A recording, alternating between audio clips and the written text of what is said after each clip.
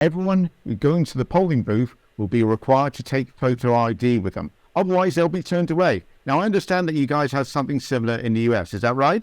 Yes. Basically, now in red states where conservatives are in charge, you have to show up with your driver's license, your passport, your birth certificate, your mother's birth certificate, and a duck named Horace. Yes. Well, as it's the UK, the duck here has to be called Harold, of course. But otherwise, pretty much the same.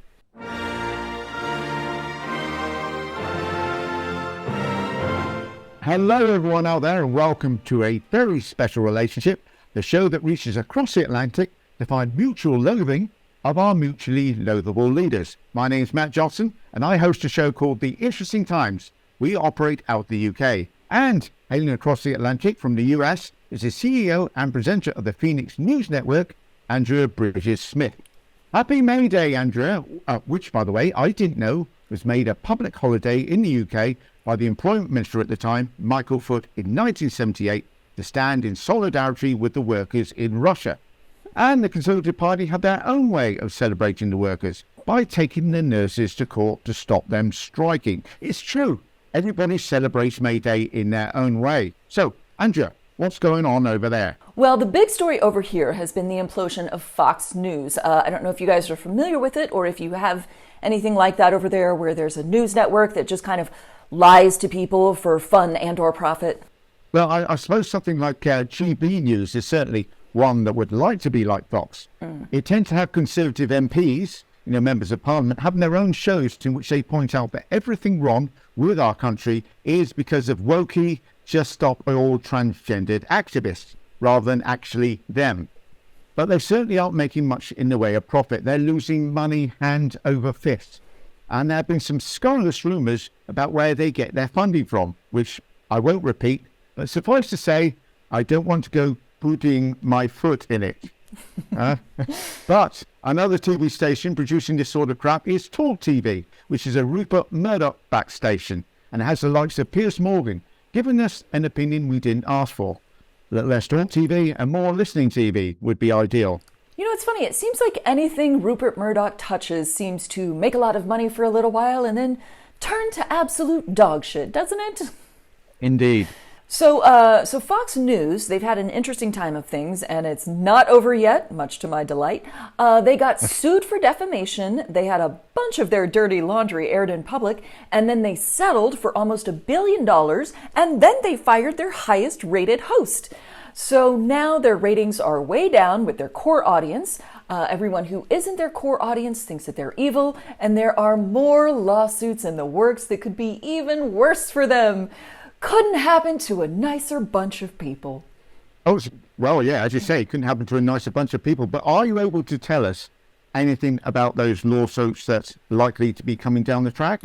Sure, yes. So the big one is the SmartMatic lawsuit. Now, the first lawsuit was with Dominion Voting Systems. They make voting machines. And Fox came out and said that the company was owned by, the holographic ghost of Hugo Chavez or something like that. I don't know. It was very confusing. It was hard to keep track of. But Dominion said, no, not true.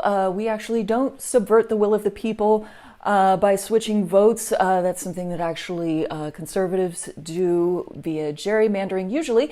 And so they won this huge judgment. Now, Smartmatic is another voting machine company. Fox made a lot of the same claims about them, and they are asking for an even larger sum of money. And it would really behoove Fox to go ahead and give them whatever amount of money they would like, because otherwise, more of their secret texts, dirty laundry shenanigans are going to come out in public, which is just going to be like early Christmas for me, basically. Indeed. Now, you reckon that they might then, you say they can ask for more than Dominion, you reckon the figure might top $1 billion? Oh, yes. I think definitely we're going to be over in big B billion territory, which I just think is delightful. So, Matt, what about you? What's going on over in the UK? I believe that you guys are about to have a pretty exciting week, no? Oh, yes, absolutely. We've actually got local elections on Thursday in some parts of England. Now, this is Rishi Sunak's first time coming face to belly button with the electorate. That's actually a heightist joke. Apparently he's just under 5'7". But for the first time in elections in England election history, everyone going to the polling booth will be required to take photo ID with them. Otherwise, they'll be turned away. Now, I understand that you guys have something similar in the US. Is that right? Yes. Basically, now in red states where conservatives are in charge, you have to show up with your driver's license, your passport, your birth certificate, your mother's birth certificate, and a duck named Horace. Yes. Well, as it's the UK, the duck here has to be called Harold, of course. But otherwise, pretty much the same. We have been assured by the totally believable Conservative Party that this is not voter suppression. And the fact that they seem willing to take an older person's bus pass who would tend to vote Conservative, but not a young person or indeed students' bus pass who tend not to vote Conservative, well, that's just quite the enormous coincidence. And also the fact that a leaflet was sent out by the Conservative Party in Norwich telling people that they didn't need ID to vote was actually done in error. The error, of course, being that they didn't mean to get caught. Worth mentioning that there are 39 councillors in 13 wards in Norwich, and none, I repeat, none of them are Conservatives. And I can't see that changing anytime soon. Well, yes, let's hope it doesn't. Yeah, it sounds like our conservatives are singing from the same hymnal as yours. In Texas, they've actually decided that we don't need polling places on college campuses anymore, which is definitely voter suppression of the youth. Next up, we are expecting that no polling places will be allowed unless they're within 200 feet of a monster truck rally. Wearing a red baseball cap, I presume. Yes, naturally. So, if I may, Andrea, some predictions for our elections. Yes. Now, the Conservatives are going to lose councillors. I mean, everybody accepts that, includes the Conservatives themselves. Right. I don't think there's any doubt about that, really. So, if it's less than 300, they'll definitely see it as a victory and might even call an early general election in the summer. I suspect they'll be preparing themselves for a loss between 500 to 750 councillors, but that could go up to as many as 1,000. And the figure to look out for? If it's over 1,200, Sunak is toast. But being that it's Britain, that's beans on toast, is that right? Yes, burnt beans on burnt toast, just the way we like it. Delicious. By the way, because Biden has been ignoring us and our want to have a kind of UK-US trade deal, Sure. We've been turning to individual states to try to get agreements, including one Ron DeSantis, who our foreign secretary met up with last week. That's interesting. I would advise you not to hitch your wagon too closely to Ron DeSantis, because as far as Republican nominees for president go, he is doing very badly in the polls. Donald Trump is beating him by a mile, which is hilarious for all kinds of reasons. And Matt, just to kind of illustrate a difference to you between UK elections and US elections. So I was in Houston this weekend for my mother-in-law's birthday. Happy birthday. And Happy birthday, mother-in-law. I saw a commercial on TV there for Ron DeSantis, an ad saying that we should vote for him for president. Now, Ron DeSantis has not announced that he is running for president, and given the current polls, he might never announce that he's running for president. So there's so much money in politics that a group that supports him is running ads to tell you to vote for a guy who's not running yet, but if he ever does run, then you should vote for him. I'm assuming you guys don't have anything that insane over there, yeah? Well, yeah, that is kind of crazy. And let me just get this right, because the elections themselves aren't happening till when? Next November, a year and a half from now. Well, it's important to get prepared, right? You've got to wear that duck called Horace, for instance. Exactly. Early bird gets a lot of worms, perhaps. Yeah, this country's electoral process is weird. Yeah. So, Matt, do you have any big plans for this weekend? Well, now here's the thing. Of course, in a couple of days' time, our coronation is happening. Our king will officially become our king. I'm guessing the democratic part of that process is pulling straws to find out who has to act as a human shield for whatever's been thrown at Prince Andrew. Now, preparations are already underway as the Stone of Destiny, yes, that is a real thing, has travelled down from Scotland. and there's a lot of preparation. Camilla will not be the king's consort, but instead will officially be queen. How lovely for him. But the surprising news is that in keeping with the whole shifting away from democracy business, everybody will be expected to chant an allegiance to the king. So a practice run. Do you want to give it a go, Andrea? Sure, why not?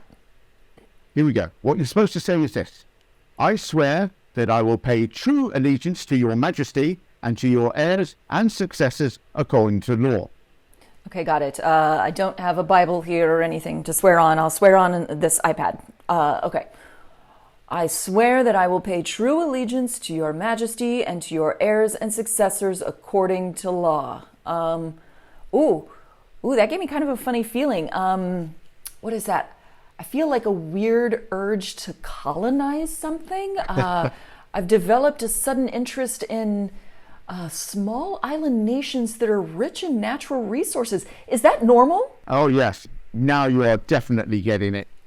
Okay. Ooh, that's unsettling and maybe a little exciting. Yeah, you can kind of see why Biden wasn't keen, can't you? Now, Sure. we will all be required after that to cry, "May the king live forever," which, let's be honest, seems a tad optimistic. Oh, and because I know how keen everybody on the west side of the Atlantic is, I thought I'd test your royal coronation knowledge. So, which one of these have I made up? Coronation glove, the boot of consequence, or the sword of temporal justice? By the way, just a reminder, it's 2023. Sure, that's very helpful. The sword of temporal justice sounds too weird to actually be a thing. I'm going to go with that one. It's actually the boot of consequence. Well, I'd love that to be a thing, and I'd love for somebody like Boris Johnson to get that. Yes, literally yes. up the backside. The sword of temporal justice is a real thing? It is a real thing, as is the Stone of Destiny. Now, the Stone of Destiny is actually a little bit controversial, that one. It's actually a stone that we swiped from the Scots back in 1296. And they made a throne in Westminster for Edward I. And we kept it for 700 years because, we could just turn around to the Scots and say, we've got it and you haven't. We gave it back in 1996, but it still comes down for every single sort of, little things like this. Now, you're probably thinking, what's so special about the Stone of Destiny? And the answer is nothing. It's just a stone. It really is. So just to clarify here, you're spending taxpayer dollars to schlep a rock back and forth from Scotland. Is that right? Pretty much it, yeah. Great. I have to say between the Stone of Destiny and the Sword of Temporal Justice, these all seem like things that Thanos would be carrying around, no? Yeah. Well, quite. So, second question. Joe Biden won't be attending, we know that. But which other Americans are definitely going to be there? Could it be Tom Cruise, or Billy Joel, or indeed Lionel Richie?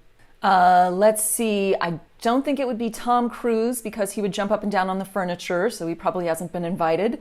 Probably not Lionel Richie because I believe people of color are supposed to stay at home in California during this. So I'm going to go with Billy Joel. Is that correct? Actually, it's Lionel Richie. Oh, okay. Yeah, Billy Joel definitely won't be going. Lionel Richie, apparently, he doesn't have the offspring with the birthday at that particular time, so unfortunately, he's got no excuse. And Tom Cruise will be taking part in a film, some sort of coronation film or something. Mission Impossible 49. The UK wants to take itself seriously. Something like that. Oh, and final question then. How much is all this two fingers to democracy going to cost the British taxpayer? Because, of course, we're the ones that are going to be paying for it, right? So is it going to be A, 10 to 20 million pounds, B, 50 to 100 million pounds, or C, 300 to 500 million pounds? Well, we have a saying here in the States, go big or go home. So I am going to guess the largest amount, between 300 and 500 million pounds, because those blood diamonds ain't cheap, am I right? Oh, well, actually, in that case, we're getting a bit of a bargain then, because it's between 50 and 100 million pounds. Cost of living crisis? What cost of living crisis? There is none. That's just a rumor. Yeah. Talking of things that make the rest of the world look at us funny, we've got the Eurovision Song Contest coming up. It's starting a week tomorrow on Tuesday, the 9th of May from Liverpool. Now, that's obviously in Europe, and it will include 37 acts from countries all over Europe, like Australia and Israel. So we are hosting it on behalf of Ukraine, whose entry is titled Heart of Steel. Quite right. Our entry is a young lady called Maya Muller, who wrote a song called I Wrote a Song. And it's that sort of creativity that hopefully sweep us to victory. All right. Well, we'll have to keep an eye on that one. Probably best that the Americans are not entering, as I'm sure that our entry would be called something like Ode to Guns. And if you don't like that song, well, it's just better for your health if you do. All right, everyone. I want to thank you for listening, and thanks to you, Matt, for being here. To get more of the incomparable Matt Johnston, please check out The Interesting Times on YouTube. That's at The Interesting Times UK. And you can find me on the Fenix News Network, also on YouTube, at Fenix News Network. That's spelled Fenix. We will be back soon for another round of transatlantic funny bone tickling, but till then, bye for now. Bye-bye.